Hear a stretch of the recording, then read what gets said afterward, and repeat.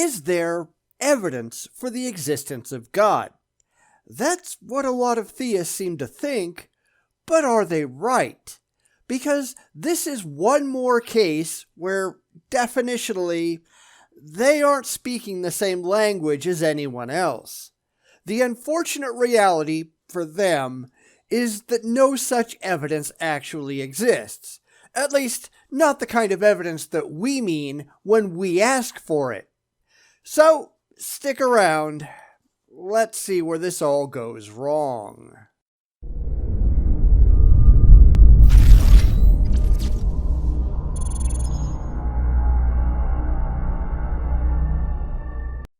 The religious love to say that they have evidence for their gods, but when you talk to them, it's clear that they have no idea at all what they're talking about. What they mean by evidence and what we mean by evidence, those two things never line up.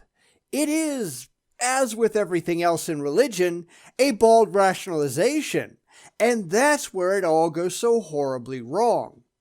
But this time out, what would you say that group of Chuck Colson fanatics are trying to tell us that they have evidence, while entirely misunderstanding what any rational definition of evidence is? So let's go correct some misconceptions. In a conversation about faith with a skeptic, they may say, "I can't make myself believe something if there's no evidence. And there's no evidence God exists." And that's absolutely true. There isn't any evidence, at least no rationally derived, factually demonstrated, objectively verifiable evidence. Of course, when the religious start talking about evidence, they aren't talking about the same thing that we are. They are talking about anything that they can use, dishonestly, to suggest to people who already believe in a God that their beliefs are well placed and emotionally justified. That is not what we mean at all. We mean evidence, backed up by objective proof. We mean something that, once you strip away all of the emotion and the wishful thinking that the religious engage in, still remains and still leads directly and demonstrably to a rational conclusion. Got any of that? Yeah, I didn't think so. What would you say? I would say that the religious are out of their ever-loving minds. Am I close? Evidence comes in different forms. Not really. I mean, it actually comes in about 4 different forms, but when we're talking to the religious, we're really only talking about one form, and that's the form that you never have. Now, the 4 types in general are demonstrative, documentary, real, and testimonial. We'll start off with the least impressive, testimonial. It's anything that anyone claims, yet it cannot be backed up in any objective way. Someone who says that they were abducted by aliens, that's testimonial evidence. You have to take the person's word for it. Anyone can claim anything they want to claim. That doesn't make it true. That's what the religious usually use. Now, real evidence is actual physical evidence, something that can be presented as proof that a particular thing has taken place. It is much more reliable, but it must be linked in some way to the claim that is being made, and that determines whether or not that claim is actually true. Of course, lots of people, sticking with our alien theme, will hold up a piece of metal and claim, well, this is an alien mind control device. That doesn't mean that it's an alien mind control device. Get it straight. Third, we get to documentary evidence, and that's also what a lot of theists try. It says so in my book. Of course, that doesn't prove that what it says in the book is actually so. It only proves that someone wrote it down. That's not necessarily that impressive, and in order to be impressive, you need to link that to real evidence. Finally, we get to demonstrative evidence, which is what we're really talking about when we use the term. We want you to prove that what you are saying is actually so. It means having proof that your claims are factually true. This is what the religious never have, and they know they don't have it. Ask them. They will tell you not only don't they have it, but it's actually impossible when it comes to their gods.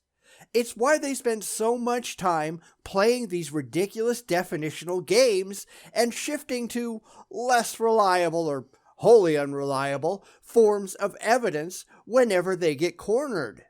So now that we've got that straight, show us what you have. Imagine you returned home from a night out to find the kitchen garbage turned over, trash strewn about, and your shoes chewed up. Meanwhile, your dog is sleeping quietly in the other room. There are some things you know and some things you don't know. No, you don't. You can make some guesses about what happened, and some guesses are more apt to be true than others. In this case, I'm sure he'll assume that the dog did it, and that might be a reasonable guess based on the evidence at hand. But what isn't reasonable is that a demon showed up at your house and trashed your kitchen. We can prove your dog is real. We cannot prove that a demon is real. Other options like somebody broke into your house, those are also possible, but less likely without further corroboratory evidence. So, where is he going to go from here? Let's see. Unfortunately, you never set up your surveillance camera, so you don't have any direct evidence.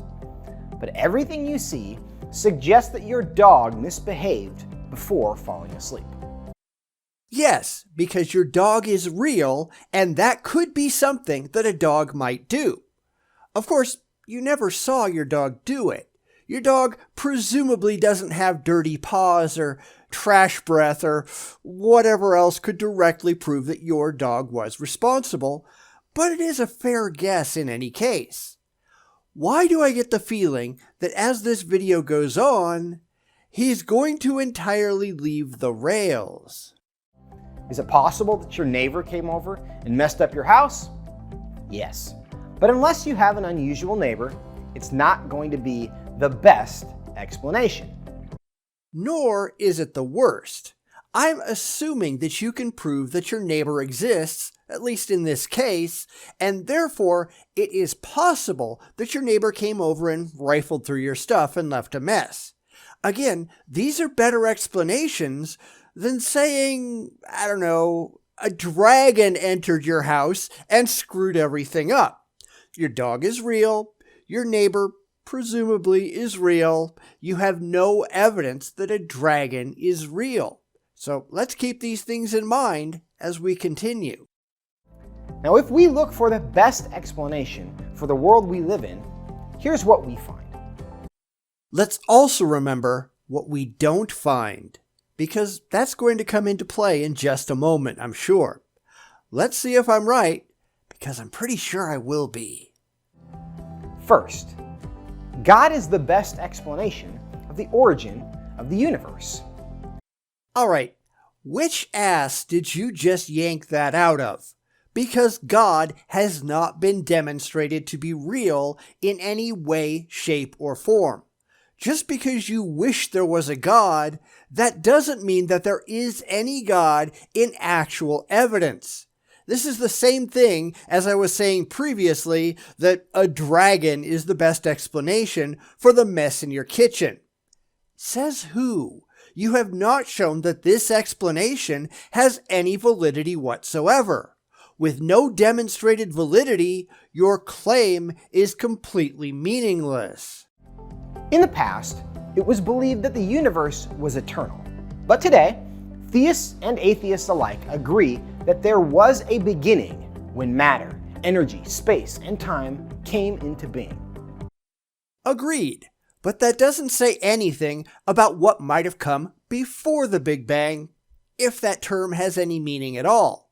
This is where the religious just make a bunch of irrational and unsupported claims that cannot be backed up with any evidence. These are all just assumptions that play into their narrative. These are not evidence.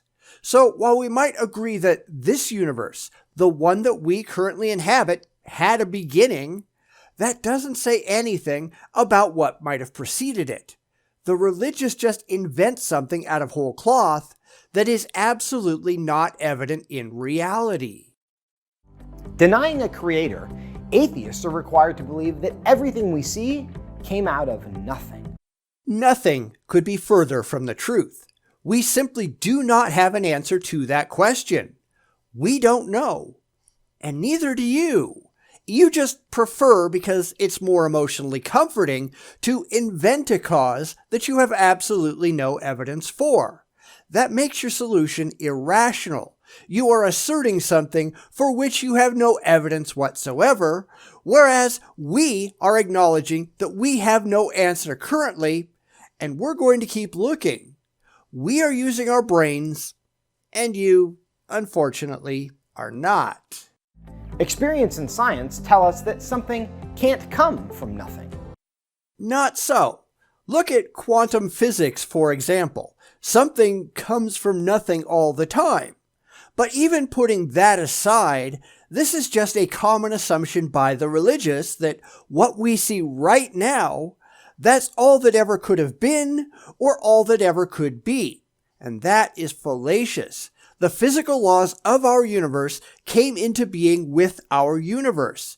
What happened 10 seconds before our universe started, we can't even begin to speculate. But when you're trying to appeal to people who aren't, shall we say, deep thinkers, this is little more than the fallacious appeal to common sense. And unfortunately, it just isn't that common. We have never seen it happen.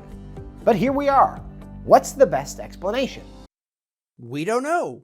We don't currently have one. Just because you really wish you knew, that doesn't give you a license to just make one up, but that's really all that you're doing. And you notice that when theists do this, and all of them do it to some degree or another, they don't just say, a God did it. It's always their God. Well, how do they know that? Where is their evidence that their God, specifically their God, was responsible? Well, they don't have any. Because even if we could make that determination that a God of some kind was responsible, and there's absolutely no way that we could ever conceivably do that, but even assuming that we could, how could they conclude that it was their specific deity? Why not Thor or Ra or the flying spaghetti monster? Why not something that we can't even conceive of? Why is it theirs? Because they desperately want it to be, of course. That something came from nothing? Or that something outside our universe caused the universe to exist? We still don't know. Not knowing is the best answer that we can possibly come up with at the moment, given the complete lack of evidence that we have. And even if we go with something outside of the universe, that doesn't mean that it was a god, and it's even less likely that it was your god. So why do you continue to pretend that it was? In any other context, we recognize that something can't come from nothing. And we also recognize that your context doesn't hold true in this case. Well, most of us do anyway. The ones that aren't out of our mind and delusional at least. You, well... We should in this context as well. A creator is the best explanation for the fact that the universe exists at all. No, it's not. It is the most emotionally satisfying answer that you can come up with. It is the answer that you really want to be true, but it is not the answer that we have any evidence for whatsoever. Again, as I keep pointing out, these videos are made to appeal to people who already hold this belief. It's meant to validate blind faith, not convince those who are holding out for evidence that any of this is true. It is the least reliable, least credible concept that one could come up with. Claims made without evidence, made for emotional reasons, and honestly, if you think about it, done with a profit motive in mind. They are trying to sell you something. Imagine that.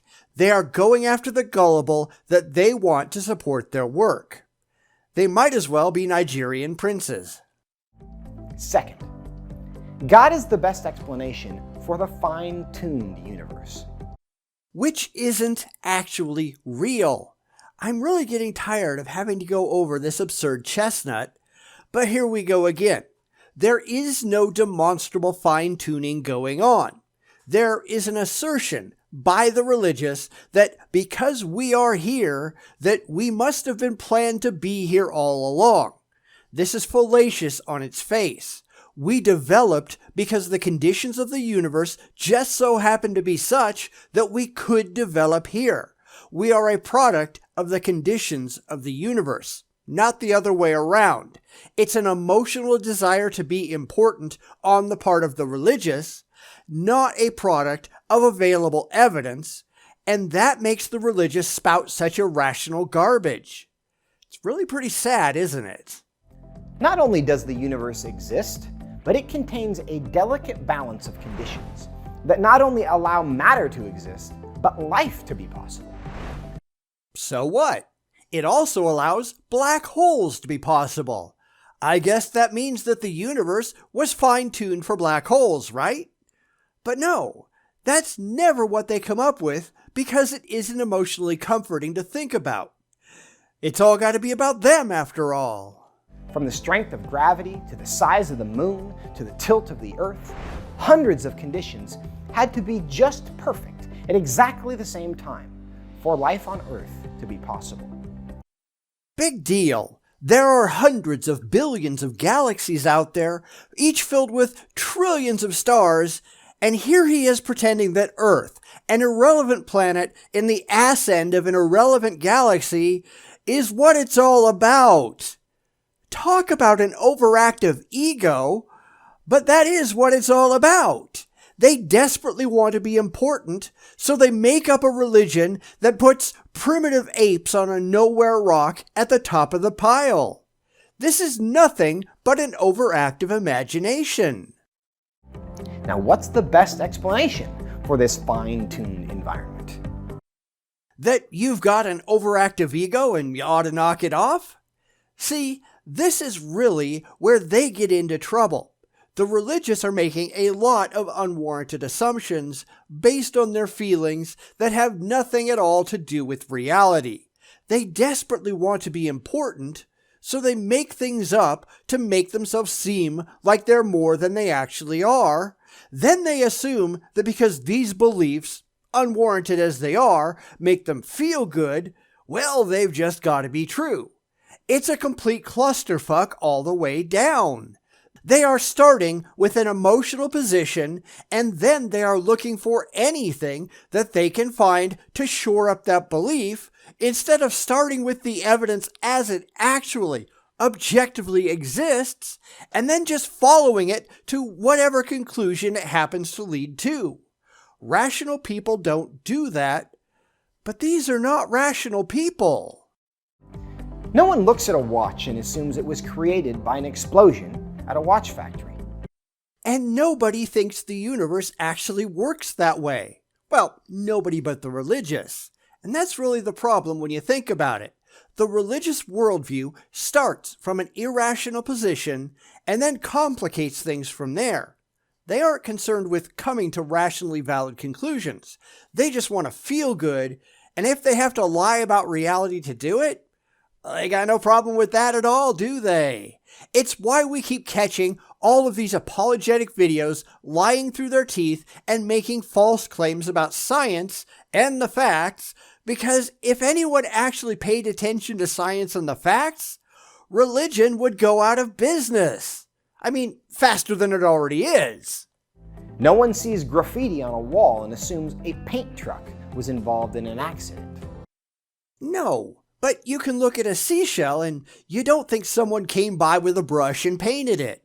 So this is either a mistake where they just don't know what they're talking about, or blatant dishonesty, where they're lying to people and purposely trying to confuse nature and man-made products for their own devious needs. You decide. When we see evidence of design, we assume there was a designer. But you don't have any evidence of design. You have a conclusion that you desperately want to get to, and the willingness to just make stuff up in order to get there. There is no design evident. You're just full of it.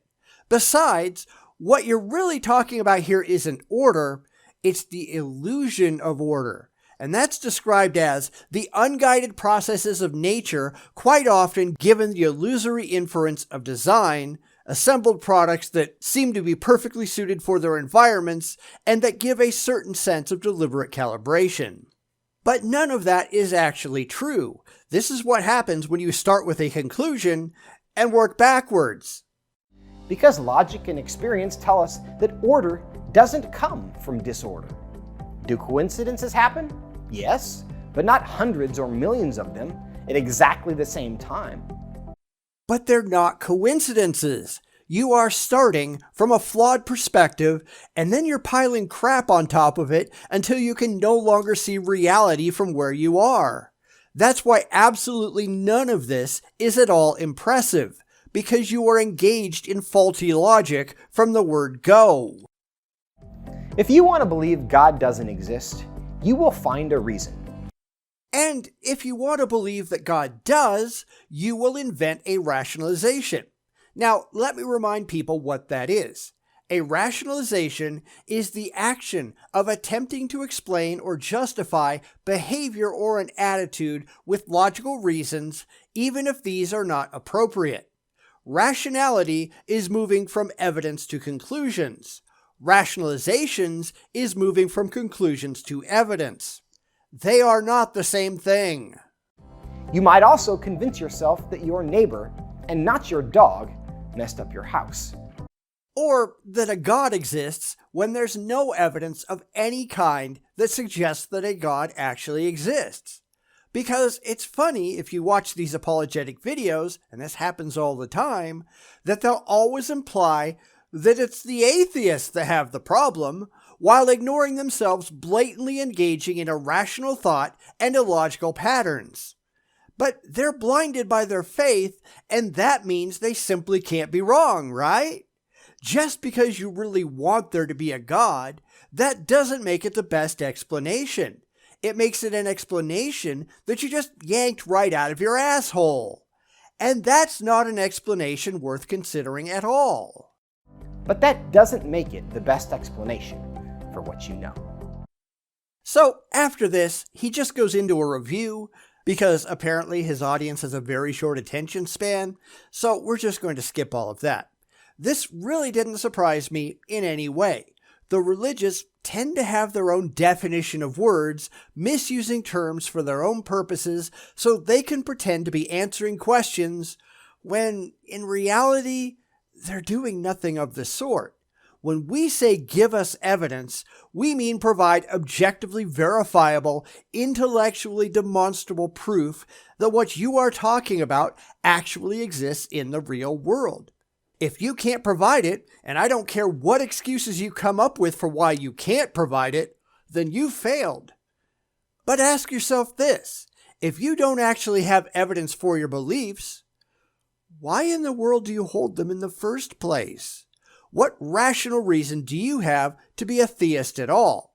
Or is this not a rational thing to you, which I think we can all admit that it isn't? If it's all based on feelings and wishful thinking, is it a worthwhile belief to begin with? Because I submit to you that it isn't.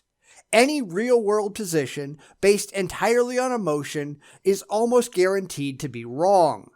Racism, sexism, hatred of any kind, all of these things are held for the exact same reasons as a belief in a God is.